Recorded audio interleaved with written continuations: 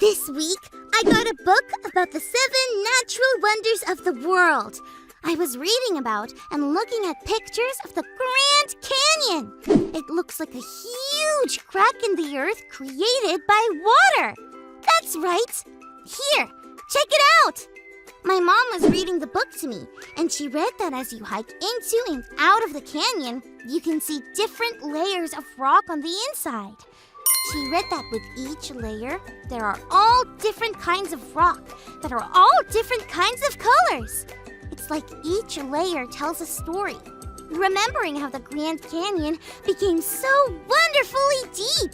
That layer might say, "I remember when the water was here and the canyon was only this deep." And another layer might say, "I remember when the water was here and the canyon was this deep." I know we're just kids, friends, but have you ever remembered something that meant a lot to you? Like a special party that made you really happy, or making a new friend when you were lonely?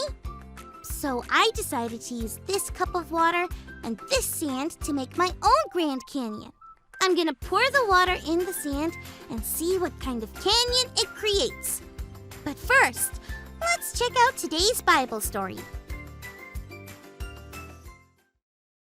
It is time for today's Bible story from the book of Psalms, chapter 103. Today, we're looking at another psalm. Just a reminder, psalms are like songs or prayers that we give to God as a way of worshiping or showing God just how awesome and powerful we believe God is. The psalms are sometimes about hope, needing help, or even songs about things that have already happened. That's what Psalms 103 is about. It's like when you go on a very long adventure and then take a look back at all the things that have happened and how far you've traveled. And most importantly, how you've made it through safely because of God's help.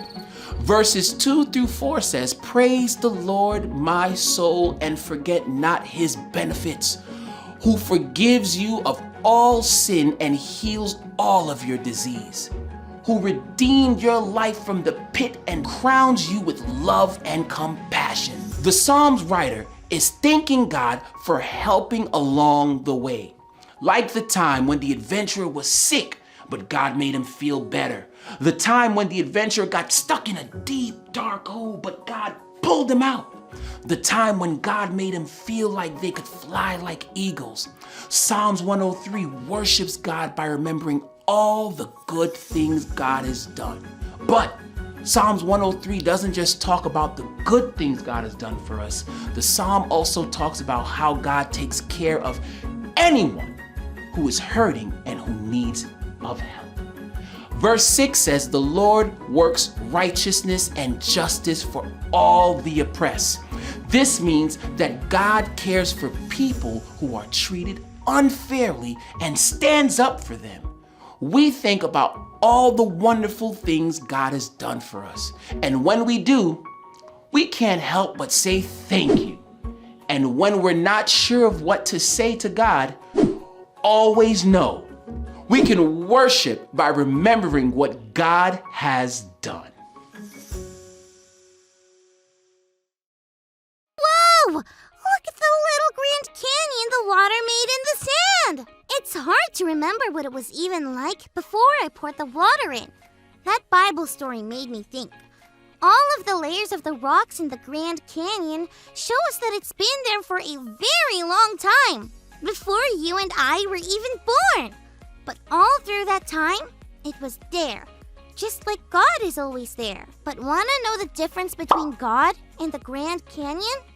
The Grand Canyon is beautiful, but it's just there. God is there for us, watching over us, loving us, and doing amazing things for us. God really is awesome. We can worship by remembering what God has done. I'm gonna keep making canyons in the sand, friends. Thanks for learning and growing with me. See you next time. Bye!